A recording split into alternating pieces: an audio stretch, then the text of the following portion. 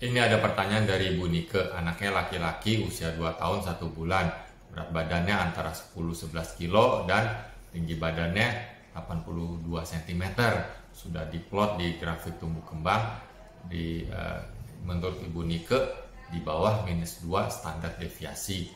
Jadi Ibu Nike ini sudah memplot dan mendapatkan anaknya di bawah tinggi badannya ya, di bawah -2.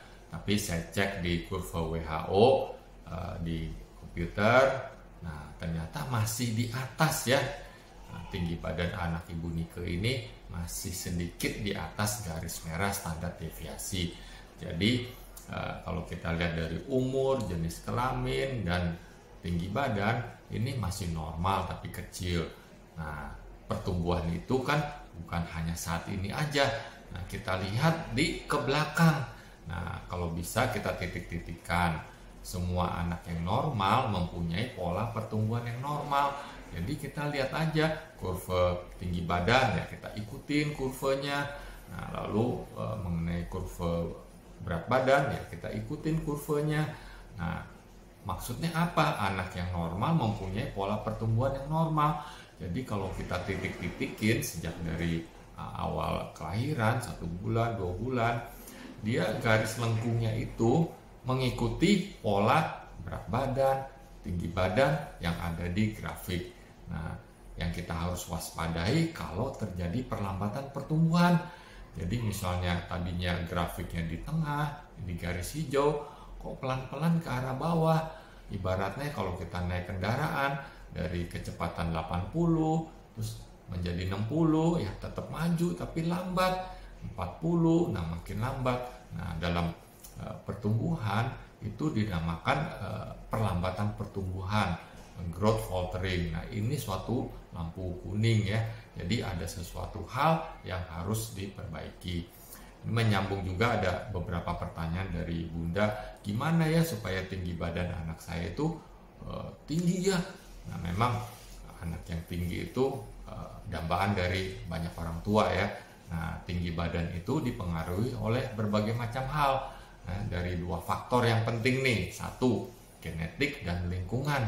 Genetik ya dari tinggi badan orang tua ya, ayah ibu ya, saham dari ayah ibu ya mempengaruhi tinggi badan akhir dari anak. Nah, secara rata-rata tinggi badan anak laki-laki itu lebih tinggi ya dibanding anak perempuan. Tapi enggak harus pasti anak laki-laki lebih tinggi, banyak juga nih anak perempuan yang tinggi. Nah, ini tergantung juga dari tinggi badan dari orang tua. Jadi pesan-pesanlah ke anak kalau nyari pacar yang tinggi ya, dan memperbaiki keturunan. Bercanda ya. Nah, lalu lingkungan apa nih? Nah, yang penting ini faktor nutrisi. Jadi dari sebelum hamil coba nutrisi ibu diperbaiki. Apakah ada kekurangan zat besi atau enggak, selama kehamilan dikontrol teratur, apakah ada kekurangan zat besi ya, HB-nya rendah, atau selama pemantauan janin di dalam kandungan ada enggak hambatan pertumbuhan. Nah, kalau itu semuanya mulus, maka diharapkan anaknya lahirnya normal.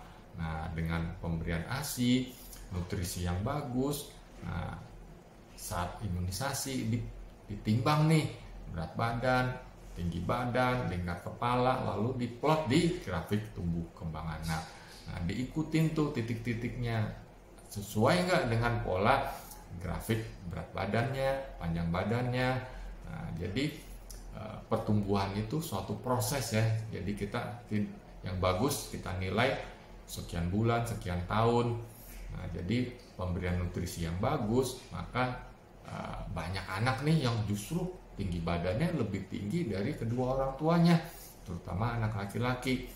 Nah, lalu cukup istirahat, cukup olahraga, ciptakan suasana keluarga yang harmonis ya, tidak banyak pertentangan, ribut-ribut. Nah, itu akan mengganggu psikologis anak dan ini bisa mempengaruhi pola makannya yang lama-lama anaknya juga tidak bertumbuh dengan bagus.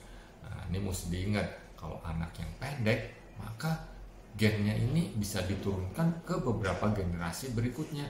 Jadi bahaya sekali. Nah, makanya pemerintah saat ini menggencarkan cegah stunting, mengurangi angka stunting agar generasi berikut menjadi lebih bagus lagi. Semoga dapat menjawab ya.